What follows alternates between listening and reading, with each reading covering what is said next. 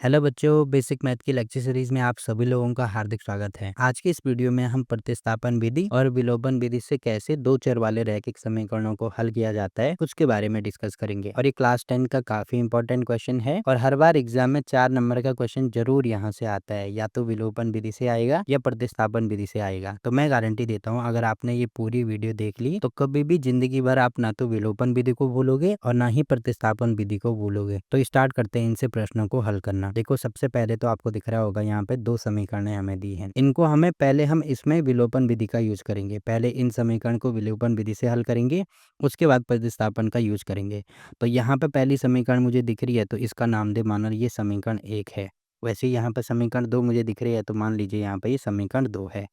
अब विलोपन विधि में क्या होता है, जैसे इसके नाम में से पता लग रहा है, विलोपन का मतलब होता है किसी भी चीज़ को विलुप्त कर देना। अब हम क्या चीज़ यहाँ से विलुप्त करेंगे? देखो, एक तो मुझे यहाँ पे x दिख रहा है, एक y दिख रहा है। तो कहने का मतलब ये है, तो या तो मुझे x विलुप्त करना होगा या x विलुप्त का मतलब हटाना, या तो मुझे x यहाँ से हटाना होगा या y हटाना होगा। अब कैसे हम हटाएँगे वो मैं आपको बता देता हूँ। देखो, सबसे पहले अगर मुझे यहाँ से x हटाना है तो इसके साथ में जो नंबर आएगा वो समान आना चाहिए। जैसे यहाँ पे x के साथ में कुछ नहीं है तो 1 मानते हैं। वैसे यहाँ पे भी x के साथ में कुछ नहीं है तो 1 मानते हैं। तो देखो, समान नंबर होना चाहिए, तो यहाँ पे दिख रहा होगा 1 यहाँ पे भी है, 1 यहाँ पे भी है। तो पहली कंडीशन ये होती है कि ये जो नंबर है ये समान होनी चाहिए। पहली चीज़ तो फुलफिल हो गई। उसके बाद दूसरी चीज़ हमें ये देखनी होती है कि एक प्लस में होना चाहिए, एक माइनस में होना चाहिए। मतलब एक धन होना चाहिए, एक ऋण होना चाहिए। तो यहाँ पे देखो, मुझे दोनों प्लस में दिख रहे हैं। यहाँ पे कुछ नहीं है मतलब यहाँ पे भी प्लस है, यहाँ पे कुछ नहीं है मतलब यहाँ पे प्लस है। तो एक काम मुझे करना होगा, यहाँ पे एक को मुझे माइनस करना होगा। अब माइनस में कैसे करूँगा? जैसे अगर इस वाले समीकरण को माइनस करता हूँ मैं, मतलब पूरे समीकरण को माइनस से घटाना होगा, पूरे समीकरण को घटाना होगा। अब घटाएँगे कैसे? तो जब हम माइनस से इसको गुणा करेंगे तो जो प्लस है वो सिंपल सा ये ध्यान रखना है कि वो माइनस हो जाता है। जैसे यहाँ पे प्लस है तो ये माइनस हो जाएगा, ये माइनस है तो ये वाला प्लस हो जाएगा, और ये प्लस है तो ये वाला माइनस हो जाएगा। अब आपको दिख रहा होगा ये +1 है, ये -1 है, तो ये हो जाएगा +1 और यहाँ पे -1। तो +1 -1 करेंगे तो यहाँ पे आएगा 0, और साथ में x है तो ये हो जाएगा 0 इंटू एक्स। अब 0 का गुणा x के साथ में करो या किसी के साथ भी करो वो तो 0 आता है ना। तो बोलने का मतलब ये है कि ये पूरा हट जाएगा, यहाँ से ये कैंसिल हो गया। मतलब यहाँ से हमने x को विलुप्त कर दिया, यही विलोपन विधि है। अब x मैंने हटा दिया, बाकी बची हुई जो संख्याएँ हैं या जो पद बचे हुए उनको सॉल्व कर दो। तो यहाँ पे भी देखो कुछ नहीं है तो 1 मानते हैं, यहाँ पे कुछ नहीं है तो 1 मानते हैं। तो 1 ये प्लस में है, 1 ये भी प्लस में है। अब ऊपर वाला साइन नहीं आएगा, नीचे वाला आएगा, ठीक है? तो 1 धन 1 ये हो जाएगा 2। अब साथ में y लगाया तो यहाँ पे हो जाएगा y बराबर, यहाँ पर 14 देखो प्लस में है, ये माइनस में है, तो 14 में से 4 घटाएँगे तो यहाँ पे कितना आएगा हमारे पास? 10 आएगा। ये आपको ऐसे समझ सकते हैं कि 14 में से हमें 4 घटाना है, यहाँ पे हमने 10 लिख दिया, ठीक है? अब मुझे y की वैल्यू चाहिए, तो ये जो 2 एक्स्ट्रा दिख रहा है इसको नीचे लेके आना पड़ेगा। तो यहाँ पे y का मान मैं निकाल सकता हूँ, ये हो जाएगा 10/2। अब यहाँ पे 2 से इसको काट सकते हैं तो ये हो जाएगा 2 एकम 2 और ये हो जाएगा 5 दूनी 10, मतलब 5 से इसको काट सकते हैं। तो y का मान सिंपल से हमने निकाल दिया, यहाँ पे 5 आ रहा है, ठीक है? अब हमने y का मान निकाल दिया। अब समीकरण 1 और 2 कहीं पे भी y का मान रख दो। जैसे अगर मैं समीकरण 1 में y का मान रखता हूँ तो यहाँ पर लिखना होगा कि y का मान समीकरण 1 में या तो पूरा लिख दो या ऐसे लिख दो समीकरण 1 से। तो समीकरण 1 क्या है हमारे पास? x + y = 14। तो ये हो जाएगा यहाँ पे x + y बराबर यहाँ पे हो जाएगा 14। अब y की जगह पर यहाँ पे 5 हो जाएगा तो ये हो जाएगा x धन 5 बराबर यहाँ पे हो जाएगा 14। इसको इधर लेके आओ तो x बराबर हो जाएगा 14 में से 5 माइनस करेंगे तो x बराबर होगा, इसमें से ये घटाएँगे तो यहाँ पे हो जाएगा 9।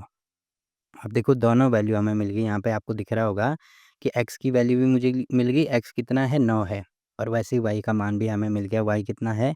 5 है।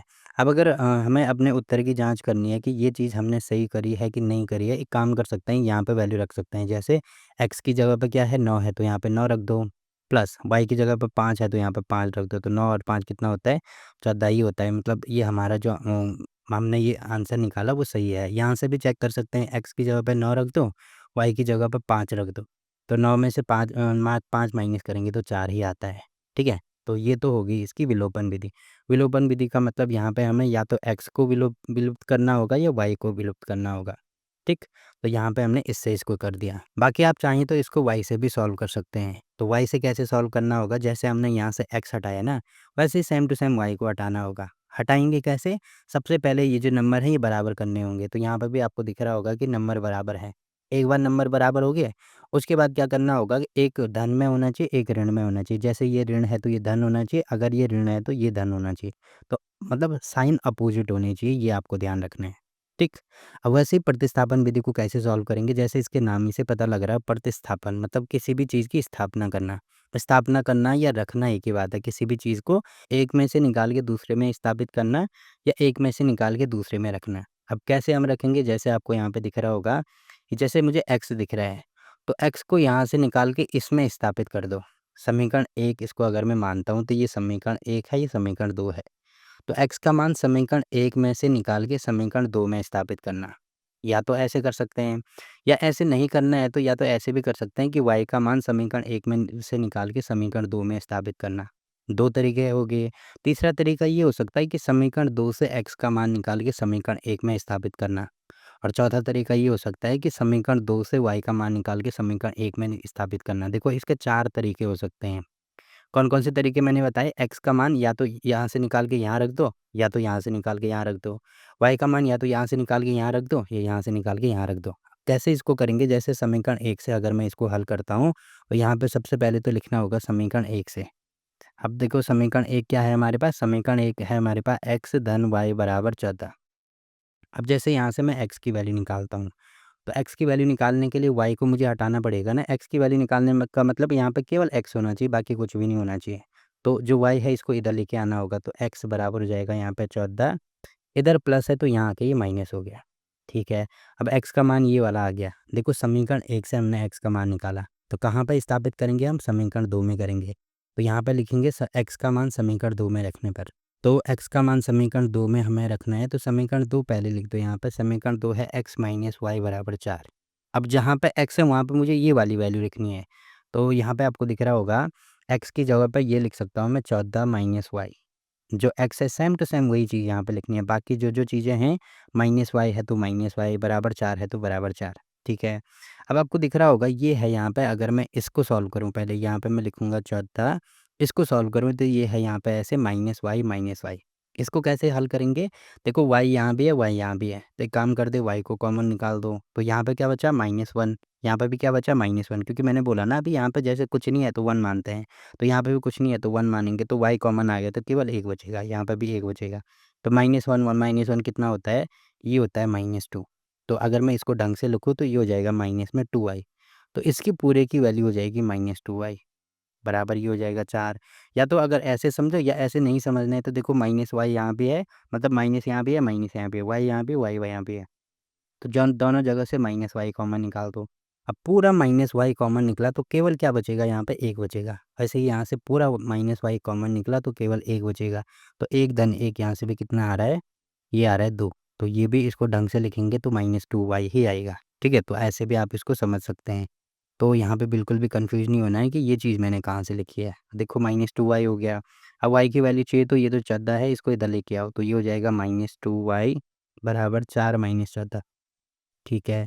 अब यहाँ पे इसको और आगे सॉल्व करेंगे तो यहाँ पे मैं लिख देता हूँ। देखो ये हो जाएगा हमारे पास -2y बराबर, अब 14 में से 4 माइनस करेंगे तो ये हो जाएगा माइनस में 10। मतलब इसमें से ये घटा देंगे बट माइनस का साइन आएगा। माइनस का साइन क्यों आएगा? क्योंकि बड़ा वाला नंबर के साथ माइनस लगा है। जैसे कहीं पे ये करते हैं ना 10 - 8, तो इसकी वैल्यू आती है 2। 2 क्यों आती है प्लस में? क्योंकि जो बड़ा वाला नंबर है उसके साथ प्लस लगा है, इसीलिए यहाँ पे प्लस आता है। अब यहाँ पे बड़ा वाला नंबर 14 है, इसके साथ में माइनस लगा है इसीलिए माइनस।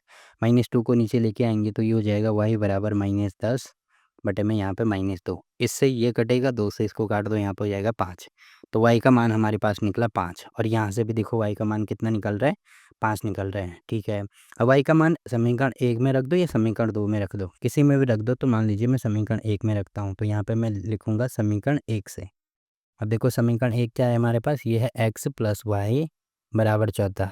तो y की जगह पे अब मैं रखूँगा यहाँ पे प्लस में 5 बराबर ये हो जाएगा 14। इससे इधर लेके आएँगे इसको तो ये हो जाएगा 14 - 5। तो x का मान यहाँ से निकल रहा है 9। तो देखो x का मान भी निकल गया, x बराबर है 9, वैसे ही y का मान भी निकल गया, y बराबर है 5। तो सेम टू सेम वही आंसर निकल रहा है जो यहाँ पे निकल रहा है।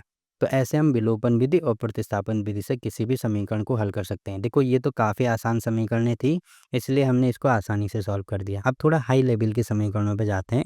जैसे दूसरा क्वेश्चन आपको दिख रहा होगा, इसको मुझे सॉल्व करना है।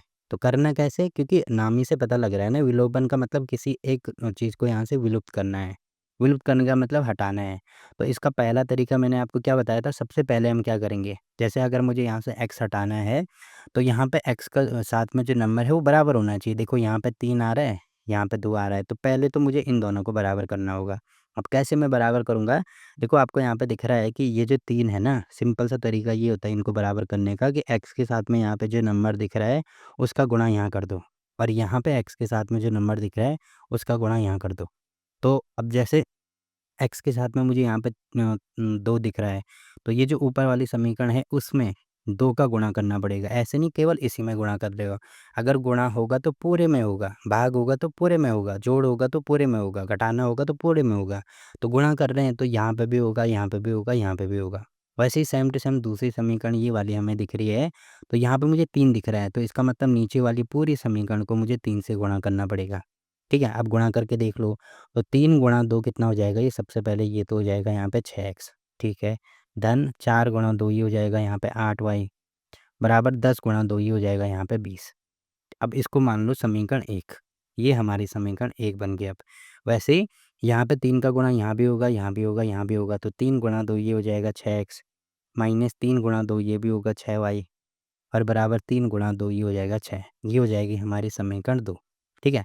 अब समीकरण 1 और 2 को हल करेंगे। कैसे हल करना है? सेम टू सेम जैसे मैंने आपको पिछली वाली क्वेश्चन में बताया था कि पहले तो मैं यहाँ पे क्या करूँगा, इसका मतलब x के साथ में जो नंबर है वो बराबर करने हैं। तो देखो यहाँ भी 6 हो गया, यहाँ भी 6 हो गया। इससे हमने क्यों सॉल्व नहीं किया? क्योंकि यहाँ पे नंबर अलग थे। अब नंबर सेम हो गए। अब एक बार नंबर हमने सेम कर दिए तो उसके बाद हमें क्या करना है, एक प्लस होना चाहिए, एक माइनस होना चाहिए। तो ये देखो ये भी प्लस है, ये भी प्लस है। इसका मतलब नीचे वाले समीकरण को हमें माइनस से गुणा करना होगा।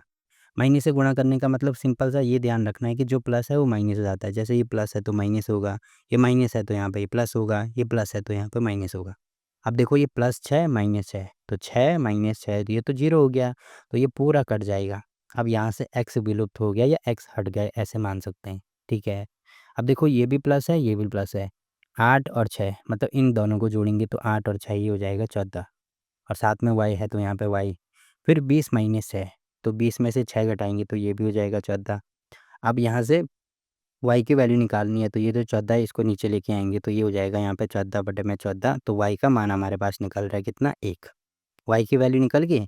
अब y का मान किसी भी समीकरण में रख दो। देखो यहाँ पे रख सकते हैं, यहाँ पे रख सकते हैं, यहाँ पे रखो, यहाँ पे रखो, कहीं पे भी रख सकते हैं। जैसे अगर मैं समीकरण 1 में रखता हूँ, तो यहाँ पे मुझे लिखना भी होगा समीकरण 1 से, ठीक है? समीकरण 1 से, या पूरा लिख दो y का मान समीकरण 1 में रखने पर। समीकरण 1 है हमारे पास 6x + 8y बराबर 20। अब जहाँ पे y है उसकी जगह पे 1 रख दो तो ये हो जाएगा गुणा में 1, ठीक है? अब इसको सॉल्व करेंगे तो ये हो जाएगा 6x धन 8 गुणा 1 तो ये होता है 8 बराबर यहाँ पे हो जाएगा 20। अब इसको और आगे सॉल्व करेंगे तो यहाँ से मैं अब यहाँ पे कर रहा हूँ, ठीक है? तो ये हो जाएगा 6x, अब 8 को इधर लेके आएँगे तो ये हो जाएगा 6x बराबर 20, यहाँ पे +8 है, इधर आके -8 हो जाएगा। तो यहाँ पे 6x बराबर हो जाएगा 20 में से 8 घटाएँगे तो ये हो जाएगा हमारे पास 12, ठीक है? अब इसको नीचे लेके आओ तो x का मान यहाँ से निकल गया 12/6। अब 6 से इसको काटेंगे तो 6 दूनी 12 होता है, तो x का मान यहाँ से आ गया 2। ठीक? तो देखो x का मान भी निकल गया, y का मान भी निकल गया, तो लास्ट में ये लिख सकते हैं x बराबर आ रहा है 2 और y बराबर आ रहा है 1। तो ये तो हमने इसको सॉल्व कर दिया विलोपन विधि से। अब हम इसको सॉल्व करेंगे प्रतिस्थापन विधि से। देखो यहाँ पे मैंने x घटाया, मतलब x घटाया या x हटाया यहाँ से। आप चाहें तो y भी हटा सकते हैं। y को कैसे हटा सकते हैं? इसका गुणा यहाँ कर दो, इसका गुणा यहाँ कर दो, तो ये पहले ये सेम हो जाएँगे। क्या आपको यहाँ पे दिख रहा है, यहाँ पे 4 है और यहाँ पे 2 है। तो एक काम कर दो, नीचे वाली समीकरण को अगर मैं 2 से गुणा करता हूँ, तो यहाँ पे भी 4 हो जाएगा, यहाँ पे भी 4 हो जाएगा। तब भी आप इसको हल कर सकते हैं, तो ये आपके लिए होमवर्क होगा, ठीक है? मैं प्रतिस्थापन विधि से इसको हल करना बता देता हूँ। अब जैसे प्रतिस्थापन का मतलब ही मैंने आपको बताया ना कि प्रतिस्थापन का मतलब होता है स्थापना करना। स्थापना किसकी करेंगे? या तो x की करेंगे या तो y की करेंगे। तो यहाँ से अगर मैं x की स्थापना करता हूँ, तो यहाँ पर लिखना होगा समीकरण 1, यहाँ पे लिखना होगा समीकरण 2। अब जैसे समीकरण 1 से अगर मैं x का मान निकालता हूँ, तो यहाँ पे लिखना होगा समीकरण 1 से, ठीक है? तो समीकरण 1 क्या है हमारे पास? पहले समीकरण 1 लिख दो, ये हो जाएगा 3x + 4y बराबर 10। अब x का मान चाहिए तो बाकी सारी चीज़ें मुझे हटानी होगी। एक्स्ट्रा चीज़ें क्या-क्या दिख रही है? एक तो 4y दिख रहा है, एक 3 दिख रहा है। तो ये सारी चीज़ें हटाएंगे हम यहाँ से। तो पहले 4y को हटा दो, इसको इधर लेके आएंगे तो ये हो जाएगा 3x बराबर 10, प्लस है तो इधर आके -4y। ठीक है, अब 3 को भी हटाएंगे तो इसको नीचे लेके आना होगा, तो x बराबर होगा यहाँ पे 10 -4y और बटे यहाँ पे होगा 3। तो x की वैल्यू हमने निकाल दी। अब x की वैल्यू निकाल के हमें कहाँ पे रखनी है, समीकरण 2 में रखनी है। ऐसे नहीं कि आप समीकरण 1 ही में वापस रख रहे हो, नहीं तो हमारा आंसर गलत आएगा। तो समीकरण 1 से निकाल के समीकरण 2 में रखनी है। आप चाहें तो समीकरण 2 से निकाल के फिर समीकरण 1 में रखनी होगी। तो अब समीकरण 1 से निकाल के 2 में रखना है, तो अब लिखना होगा यहाँ पे समीकरण 2 से। ठीक है, समीकरण 2 से अब क्या-क्या चीज़ें हो जाएँगी, तो पहले मैं समीकरण 2 यहाँ पे लिख देता हूँ। ये है हमारे पास 2x - 2y बराबर यहाँ पे है 2। अब जहाँ पे x है उसकी जगह पे ये सारी चीज़ें लिखनी होंगी मुझे। तो 2 और साथ में x की वैल्यू अब देखो ये पूरी आ जाएगी, तो यहाँ पे मैं लिख दूँगा 10 - 4y बटे में 3। ठीक है, बाकी और क्या-क्या चीज़ें हैं, देखो 2 x की जगह पर ये आया, बाकी जो चीज़ें हैं सेम टू सेम वैसे ही लिखेंगे, तो ये हो जाएगा माइनस में 2y बराबर 2। ठीक है, अब इसको कैसे हल करना है, यहाँ पे आपको दिख रहा होगा कि बटे में 3 है।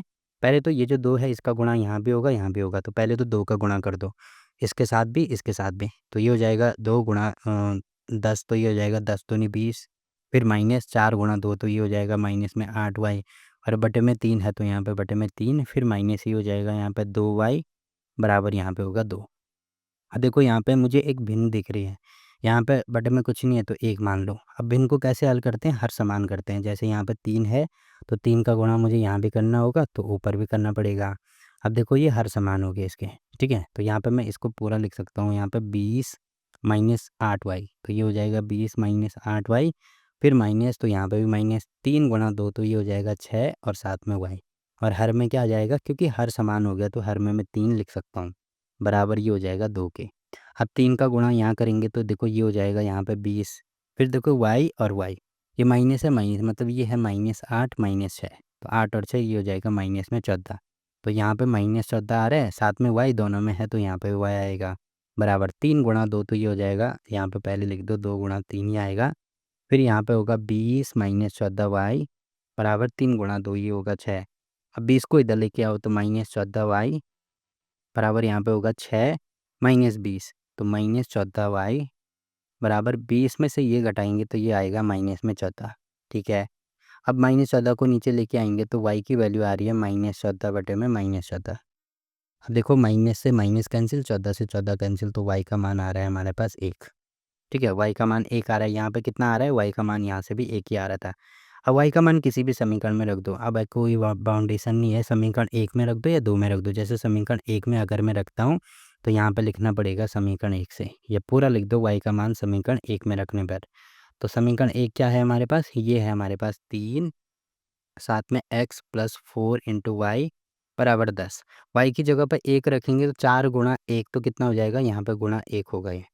अब ये जो वैल्यू है इसको मैं यहाँ पे लिख रहा हूँ, ठीक है। आप इसके नीचे लिखना, इसको मैं यहाँ पे लिख रहा हूँ क्योंकि जगह नहीं बची है। तो ये हो जाएगा 3x प्लस यहाँ पे 4 गुणा 1 4 होगा, बराबर यहाँ पे होगा 10।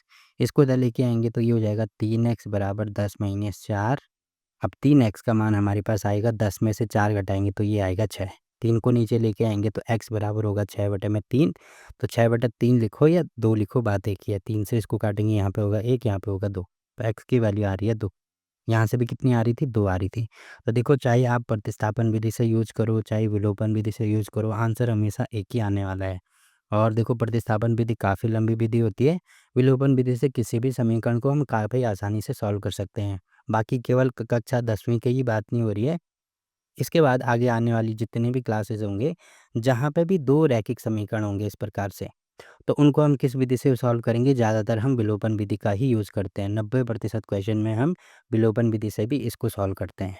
ठीक है, तो आगे जब तक भी आप मैथ्स पढ़ोगे, हर जगह पर ये दोनों विधियाँ आपके काम आएँगी।